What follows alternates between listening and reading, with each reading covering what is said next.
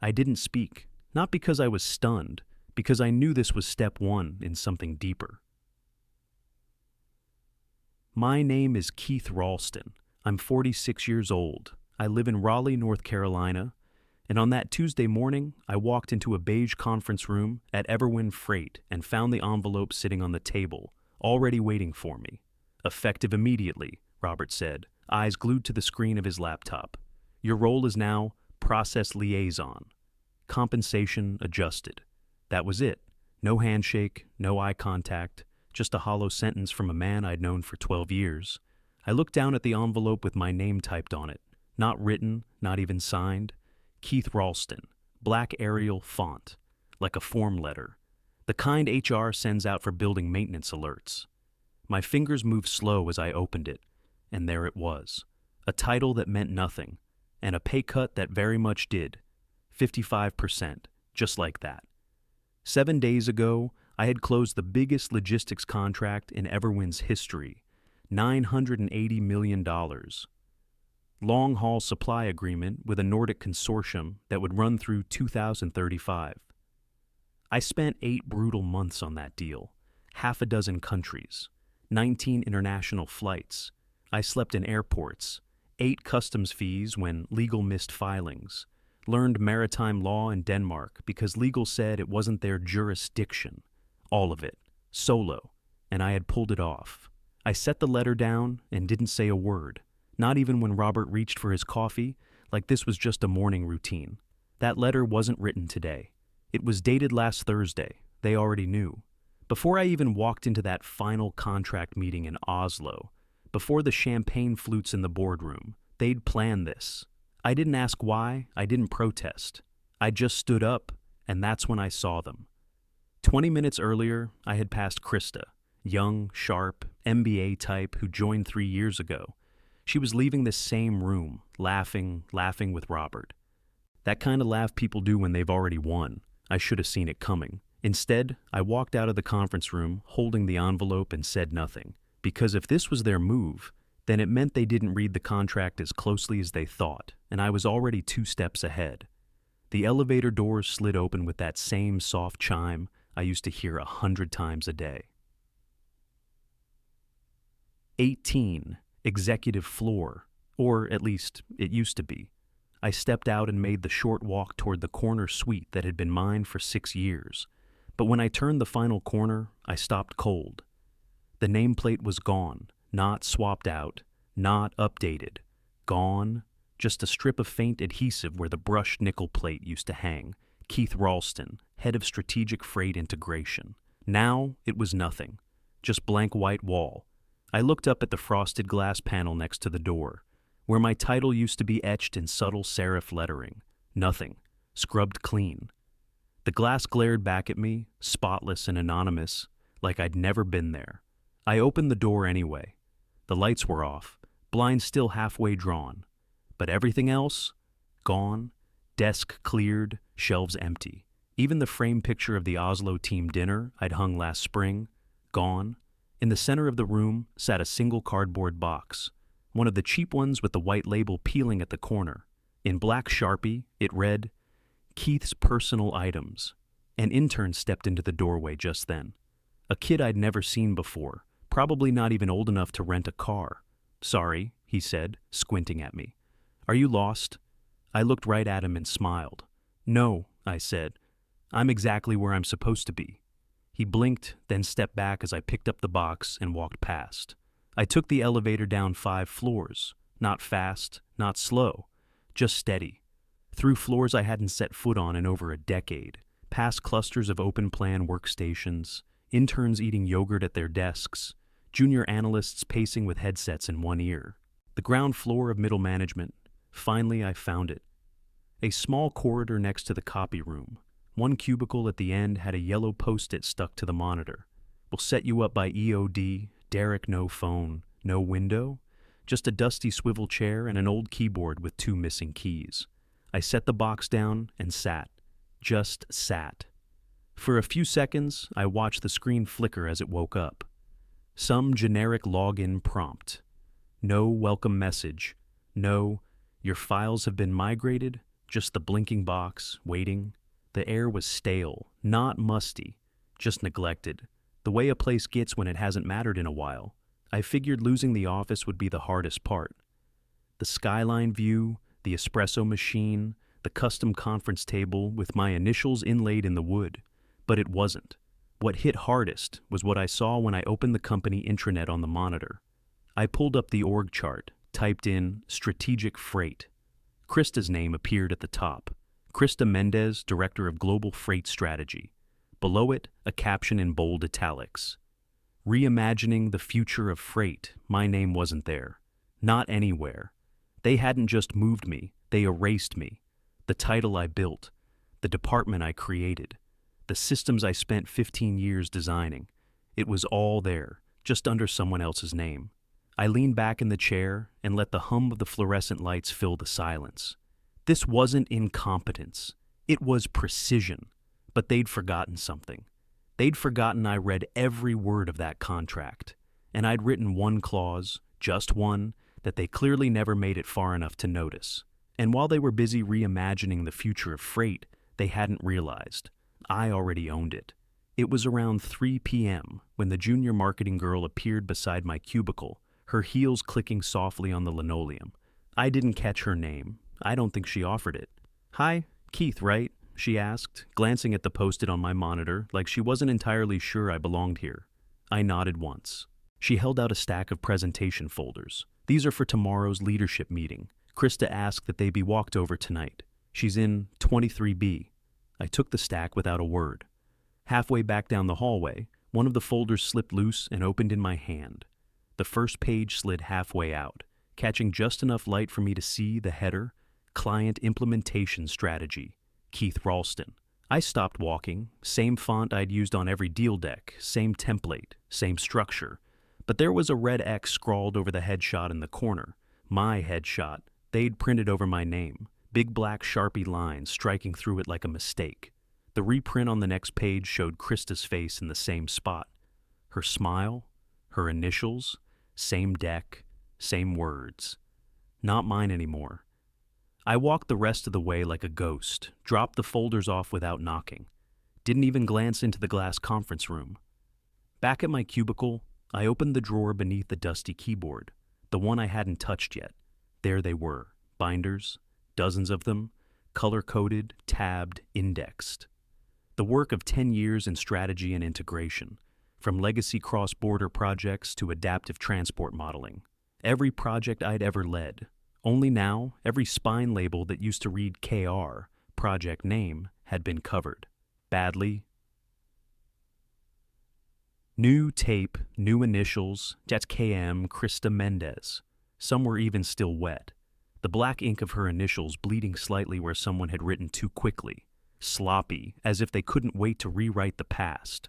I pulled one binder out and flipped through the pages. The notes were still mine. I knew the handwriting, my diagrams, my annotated legal footnotes. But every mention of my name was blacked out or replaced with a thin sticker, sometimes both. One even had a little rip in the page where someone had tried peeling up my initials and gotten frustrated. That was the moment I knew. This wasn't about a demotion. This wasn't about performance or company restructuring or some new agile vision. They weren't moving on. They were erasing me. I sat back in the squeaky office chair and stared at the blinking cursor on the old monitor in front of me. It blinked like a metronome, like it was waiting for me to say something. But there was nothing left to say.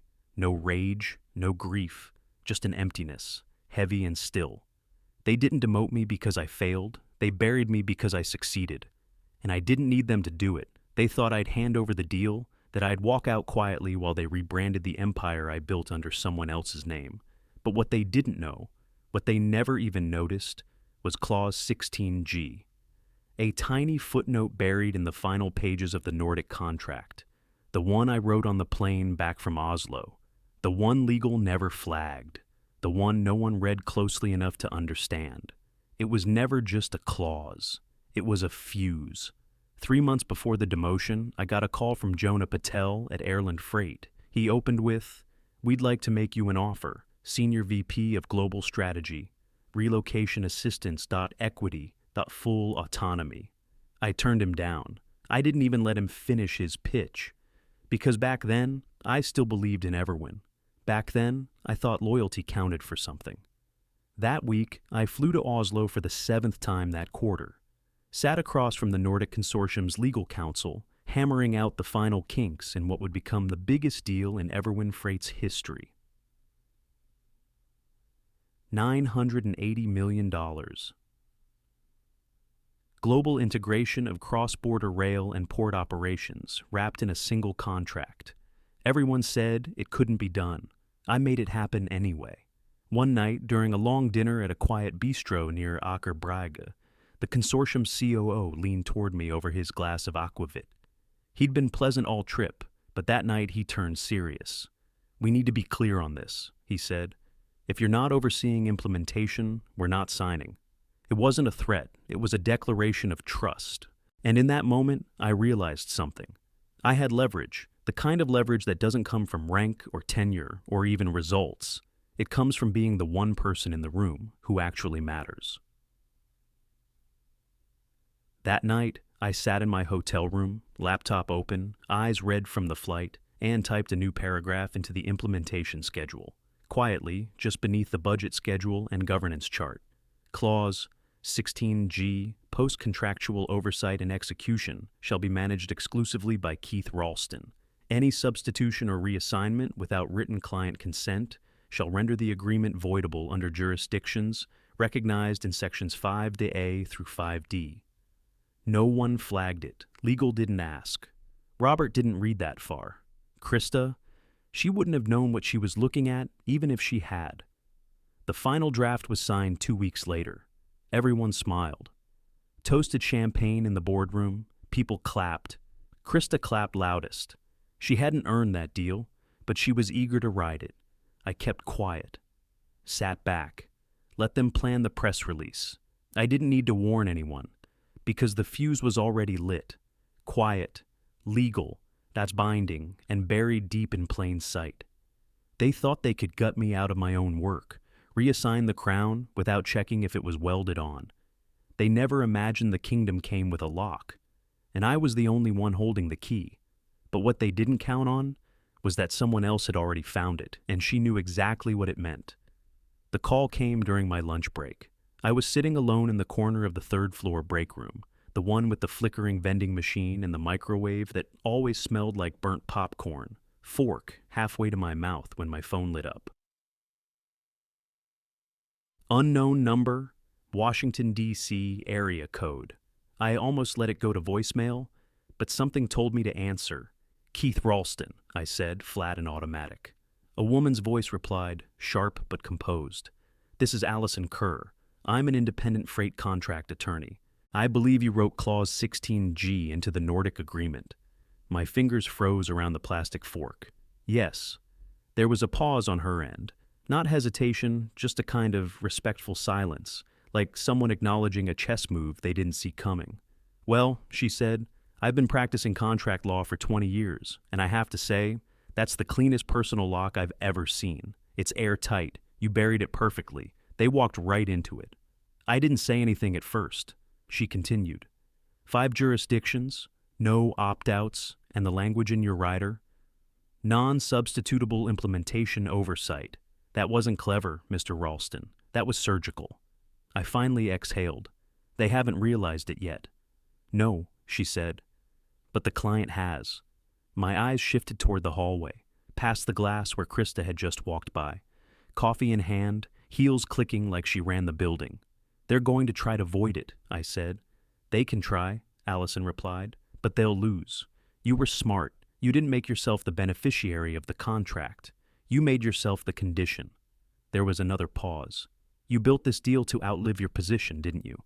I didn't answer that one. I didn't need to. That night, I stayed late, not to work, not even to be seen. I just wanted to be there, to feel the air shift. The building was quieter than usual. Emails slowed, voices softened. Something was changing. Krista had left early, first time all week. Robert never left his office. The blind stayed drawn, the door closed. The silence around my cubicle had thickened. Conversations that used to drift past now bent around me like I wasn't even there. No one knew what to say. Or maybe they were afraid of saying it near me. Let them be afraid. They'd thought I was gone, done, bypassed. But all they'd done was build their entire rollout on a foundation that legally required me. And that fuse I planted, it was about to go off. Because in less than 12 hours, Krista would board a flight to Oslo. She was going there to lead the transition. Handshake the Nordic client. Pose for a photo in front of the new logistics roadmap, the one she copied from my binder.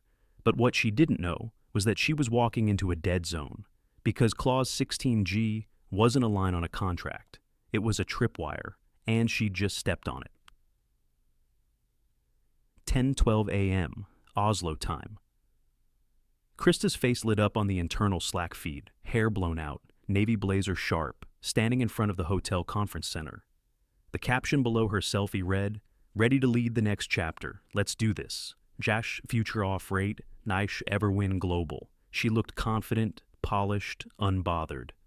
I just stared at the screen. Around me, no one said a word. 30 p.m. Eastern Standard Time. It started with a ping, then another, then a soft cascade of gasps and chair squeaks across the floor. The email hit, subject line, immediate hold, clause 16G, from Legal and Ordic Group.u to Everwin Legal, HR, Robert Ellison, Board Distribution. List CC, entire executive team. This communication serves as formal notice that the implementation of the Everwin Freight Supply contract is hereby placed on hold, effective immediately. As stated in Clause 16G of the signed agreement, this contract is contingent on the continued personal oversight of Mr. Keith Ralston. No substitutes will be accepted, and all implementation efforts made without his participation are deemed non-compliant. Should compliance not be restored within 5 business days, the Nordic Consortium will consider the agreement null and void per Section 22A of the contract. We expect your prompt attention. A&B, your advice, Legal Affairs, Nordic Consortium. I sat back in my chair, didn't smile, didn't move, just waited. Across the room, a junior compliance analyst looked around, leaned close to my cubicle wall, and whispered, "Dude, you just blew up the deal." I nodded once, then got back to typing. The floor went quiet, then buzzed with the kind of panic no press release could clean up. Slack lit up like a Christmas tree. Executives went dark. Calls were being made. Someone in HR actually ran down the hall. Ran, clutching a manila folder like it might fix something. From where I sat, I could see Derek, the same Derek who had left the post-it on my monitor, poking his head into Robert's office. No response. The blinds stayed shut. There was no plan B because they'd erased the only person who ever had a plan. And the irony, they thought I'd hand it over, thought I'd train my replacement, thought I'd just smile while they repackaged my work under someone else's initials. But Clause 16G wasn't just legal insurance. It was a knife, sheathed, silent, waiting. Krista had flown all the way to Oslo, thinking she was about to deliver a victory speech. Instead, she walked into a boardroom full of Nordic executives with ice in their eyes, and a contract that wouldn't move an inch without me. And the client, they didn't just pause the deal. They walked, just like that. $980 million. Gone. I didn't lift a finger. All I did was sit back and let the fuse burn. By 9 a.m., Tuesday, every meeting room on the executive floor was booked. Emergency sessions, unscheduled leadership syncs, legal reviews, .PR stand-downs. Nobody was smiling anymore. Slack went silent. Emails came in, clipped, tense, riddled with passive-aggressive phrasing like urgent alignment required and unforeseen contractual complexity. And Robert, he finally emerged from his office just after 11, pale, sweating slightly, phone clamped to his ear, tie loosened like a noose that finally started to feel real. Around noon, PR locked down the press calendar. All statements embargoed. No public comment. By 12:40 p.m., 2 directors from legal were seen having a whispered argument by the elevator. One of them yanked off his lanyard and left the building. Then came the boardroom meeting. I couldn't see inside, but I didn't have to. Everyone who walked out of it looked like they'd aged 10 years in 60 minutes. At 2:11 p.m., and someone wheeled a monitor down the hallway for what looked like an emergency investor Zoom call, and at 2:25 p.m., exactly the final blow landed. The Nordic Consortium's legal team sent one last email. Subject: termination of contract. Due to Everwind Freight's noncompliance with Clause 16G and failure to resolve personnel-related discrepancies within the agreed time frame, the consortium has elected to terminate the contract in full. No further communication is warranted. All rights reserved. Legal counsel, Nordic Consortium. Everyone was CC'd. The board, the C-suite, the press inbox, investor relations, acquisition partners, everyone. A $980 million contract detonated with 4 short sentences. And still, I said nothing. Hadn't said a word since Robert handed me that envelope and called me process liaison. Not one email, not one protest, no tantrum, no warning shot, just silence. And that silence had screamed louder than they could manage. They'd tried to erase me. Instead, they erased the foundation. Carla Redmond, board member and former senior advisor to 3 global supply chains, was the one who broke the silence in the room, or so I was told.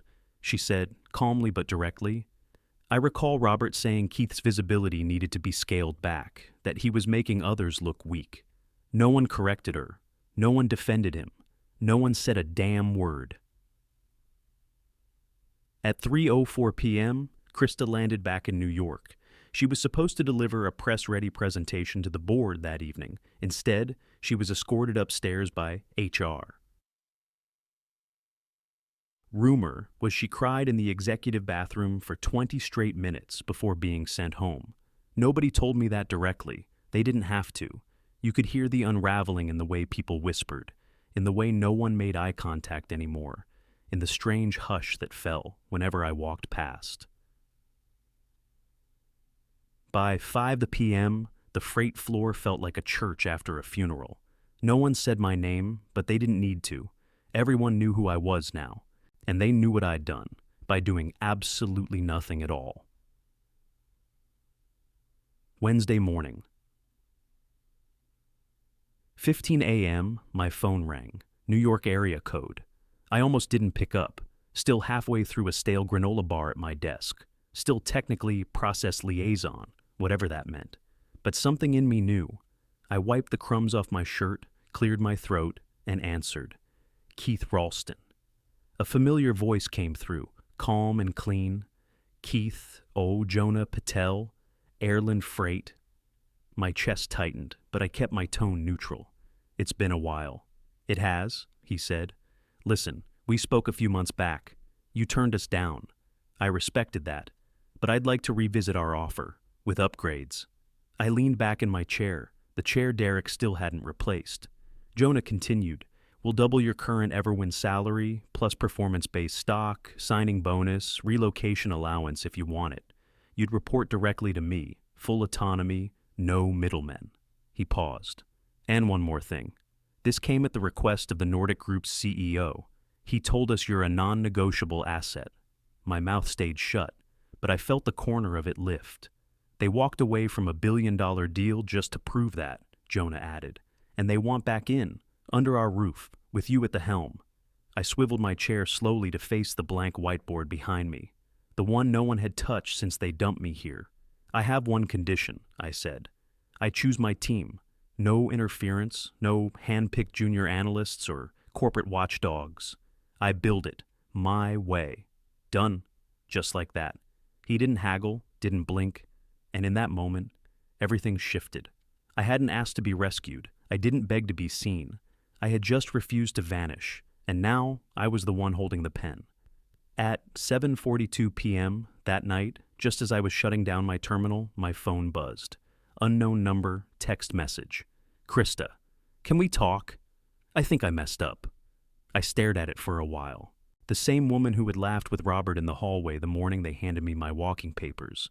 Now she was reaching out in lowercase letters, like maybe softness could undo the knife. I locked the screen and slipped the phone into my drawer. I didn't respond. Manhattan. Friday morning. Boardroom on the 33rd floor of Airland Freight's global headquarters. Polished walnut table. High glass windows framing the skyline. Frosted panel doors sealed behind me with a soft whisper as I stepped in. Jonah Patel was already seated at the head, tie loosened just enough to say, "You're not just a hire, you're the plan." Across the table, a red leather portfolio sat open. Inside, a single stack of papers, the restructured Nordic contract. He slid it toward me without a word. The top page read, "Implementation Lead, Keith Ralston. Substitutions not permitted." I picked up the pen beside it. I didn't ask questions, didn't double check. I already knew every word. I signed, not with flourish, just steady ink, like closing a door. At 10:30 a.m., sharp, Airland Freight issued the press release. Former Everwin executive reclaims 1B global contract. The media outlets picked it up within minutes. Everwin's Slack channels lit up, then reportedly went dark. I didn't need to see them. I knew who read it first. Robert, likely in his office, blinds drawn. Krista, mid-strategy huddle, probably halfway through a sentence when someone shoved a phone in her hand. They said she just went quiet. I didn't feel satisfaction. I felt finality. All the years I spent letting others frame the narrative, who I was, what I brought, how replaceable I supposedly was, ended in a single headline, and the silence that followed, this time, it wasn't mine. At 3:47 p.m., another headline broke. Everwin cuts 200 jobs amid leadership shakeup. CEO steps down following 1B contract termination. That one hit like a fault line splitting open. Boardroom chaos. Investor calls. Analysts scrambling to revise forecasts. But I didn't watch it unfold. I was on a call with the Nordic Group's COO finalizing the new roadmap. I was already working on what came next. Because revenge, that was never the goal. Being irreplaceable, that was. And now the contract said it. In ink forever. I stepped into Airland's new DC tower at 7:58 a.m. on a Monday. The marble lobby gleamed like glass. Polished, precise, no frills. A place built by people who didn't need to shout about power because they already had it. My access card buzzed green on the elevator scanner. Keith Ralston, Chief Strategy Officer. The doors opened directly into the executive floor. Open sky, floor-to-ceiling glass, a skyline that reminded you how high you'd climbed and how far you could fall. I walked past a row of framed deals on the hallway wall. Singapore Rail, Oslo Maritime, Helsinki Madrid, Interlink. At the end of that row, a new frame had already been mounted. Nordic Consortium Global Freight Infrastructure, 3.1B, 2025. Inside the frame, one page, bold at the top, Clause 18, non-substitutable oversight, Keith Ralston. No fine print, no footnotes, just fact. My office was all glass and steel, no nameplate yet. Didn't need one. I knew who I was. On the corner of my desk sat a custom black folder, my first internal proposal as CSO, a 10-year roadmap, already greenlit. I flipped it open, ran a hand down the edge of the page, crisp, clean. Mine? Across the room, the boardroom door stood slightly open. I could see the reflection of the long table, 12 seats. Empty, for now, waiting. I took a deep breath. My phone buzzed in my jacket pocket. One message, still unread. Lena, you were right. I should have said something. I hope you're okay. I stared at it for a second, then deleted it. No more ghosts, no more unfinished conversations. I didn't need apologies from people who only remembered you when they needed something. Outside the boardroom window, news tickers rolled across rooftops and tablets. One headline caught my eye on a passing building screen. Everwin Freight down 12, 4%. Board restructuring underway. I didn't smile. I didn't feel triumph, because this wasn't about them anymore. This was about what I'd built, what I'd earned. I walked into the boardroom alone and sat at the head of the table. One folder sat in front of me. A fresh deal. Global, historic, already inked. Clause 18, just like before. Only now they didn't fight it. They welcomed it. I pulled the pen from its holder and signed, quiet, final. Then I leaned back and looked out the window, not for the view, but to remind myself of something I already knew. Power isn't loud, it's quiet, it's consistent, it's earned. And when they try to write you out, you don't scream. You write yourself back in ink they can't erase.